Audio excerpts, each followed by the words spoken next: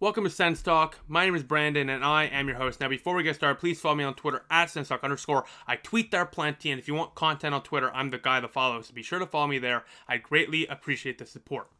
Now, I know I haven't uploaded in about a week. The last video I uploaded was at 1,000 subscriber special. Speaking of that, thank you so very much for 1,000 plus subscribers. It's so surreal, and I love y'all so very much, so thank you. But we haven't uploaded in a week for a couple of reasons. Firstly, I had midterms right around when that video went up. A couple days after, I had a few midterm exams, so I wanted to take a few days off of YouTube, of school, just to relax and refresh for the second half of my school semester. I as well thought it was a perfect time. It was a perfect storm, really. Put that video out a few days after I had a bunch of midterms. Just take a few days off to refresh and regroup. So we're back to uploading consistently. Do not worry. Now, as well, speaking of that, last week with that video is one of the best videos I think I've ever made. One of the best videos, Sense Talk, that we have ever made. I think after this video, I highly encourage you watching that one because it was easily one of my favorite videos of all time. And if you've been a fan of mine for a while, it's crazy throwback clips in that one, so I think you'll enjoy it very, very much. Now, before we get into the rest of this video, a couple things. Firstly, we're starting a new series. This is the first episode. It's going to be called the Let's Talk series. We're going to get into that just a bit later. I have a few news things to discuss first. Firstly, I'm wearing a poppy, and we live in a free and democratic society thanks to the brave men and women of our armed forces through the years. And we must never forget that. Now, I know we're in COVID, but if you can donate to the armed forces, like the Red Legion, if you can buy a poppy. It's really, really important to support our veterans because they put it all on the line. They sacrificed their lives for our freedoms, and the least we can do is buy a poppy and donate a few dollars to help them when they come home. So be sure to buy a poppy or donate. I'll put a link in the description below. Now, let's get to the first SENS news today before we get into the series. Christian Yaro signed a one-year contract extension with the Ottawa Senators, avoiding arbitration. It's $750,000 in the NHL and $250,000 in the AHL, so essentially it's more depth for Ottawa. I think Yaros could be an NHL player eventually. Is it with Ottawa? I don't know. There's such a logjam on defense. But the $250,000 salary makes me believe that Yaros and Ottawa both understand that he will be playing primarily in the AHL with Belleville. Now, according to Bruce Garriock, it is very likely that Canadian National Hockey League teams wind up in a division of their own next season. That means Ottawa will be playing Calgary a bunch of times, Vancouver, Edmonton. We're going to be able to see Connor McDavid a lot of the time, Elias Pettersson. It's going to be great to see a lot of different talent that we don't get to see often because we're on the East Coast. And I think that's really, really exciting. Now, this would also include a reduced season that would be around 48 to 60 games. It's speculated as of this moment, I've been told, and as Bruce Garriock reports, that 56 games is likely, but we shall see. Still a lot of time that is to figure that one out. Now, fans returning to the games are possible, and it does not sound like a bubble, which is a huge factor into why fans returning is possible, because I think it's going to be more of an MLB or NFL setup where each team is in their own city, and whenever they have to go to another city to play a game, they're going to play in the opposing team's, a rink, barn, stadium, whatever you want to call it. So I think that's why, based off of local guidelines, Ottawa, who knows? I don't know if Ottawa Public Health will allow fans into the stadium, but we shall see. But I think the NHL is going to leave it up to local authorities to decide that for those teams. Now, the target date is January 1st for opening day. That's a little, I think that's hopeful. I don't know if they can do it, but I'd be very, very happy. I think sometime in January is more likely. January 1st, it's a little early for me. I don't know if the NHL can pull it off, but you know what? They pull it off the bubble. A lot of people were speculative about that, so you know what? I trust NHL surprisingly on this, and let's see what they do.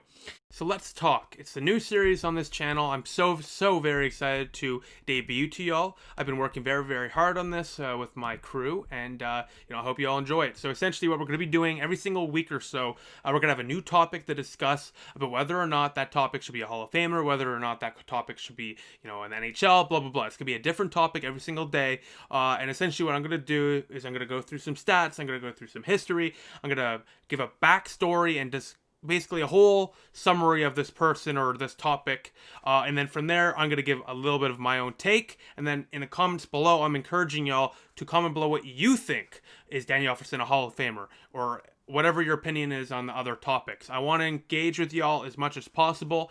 It's a slow news. It's going to be a slow couple of months now for the Ottawa Senators. They're done. There's not going to be a lot of moves to make, and the season is going to be soon, but it's going to feel like an eternity. So in the meantime, let's pump up some great content, and I want to interact with y'all as much as possible. So comments in the comment section below. Once you're done watching this video, what do you think? Is Daniel Alfredsson a Hall of Famer?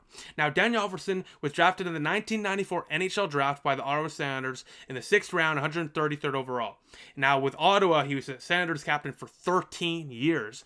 As you can see right here, I'm wearing my Alfie jersey with the C on it. Now, Alfredsson was a 6-time All-Star. He was on the 1996 All-Rookie team and the 2006 NHL Second All-Star team. In 18 seasons in the National Hockey League, he played 17 of those with the Ottawa Senators, and in those 18 seasons, he played 1,246 games, 444 goals, and 713 assists for 1,157 points.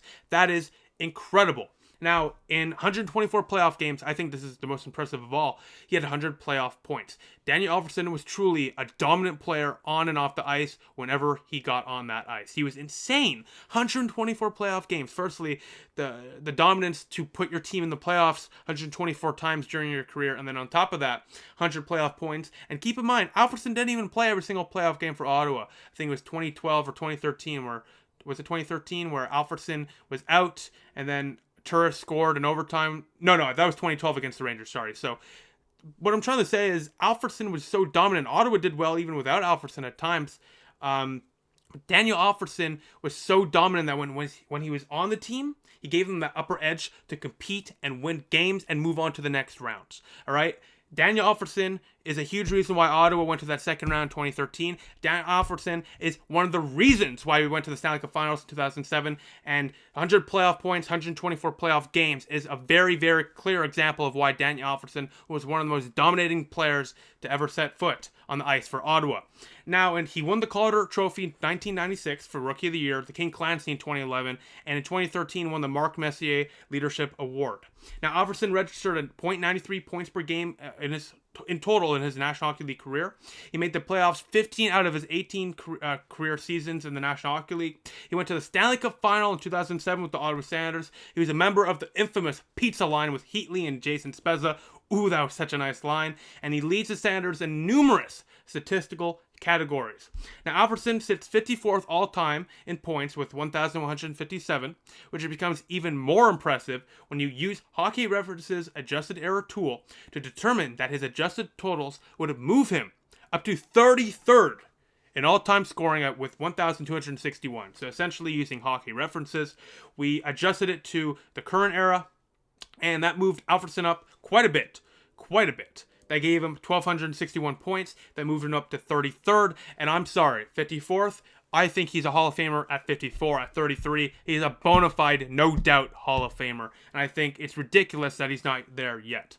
Now, if you're not convinced yet, let's talk about the Olympics. He had 10 points in 8 games in the 2006 Olympics en route to a gold medal for Team Sweden, outscoring Mats Sundin. By the way, Hall of Famer.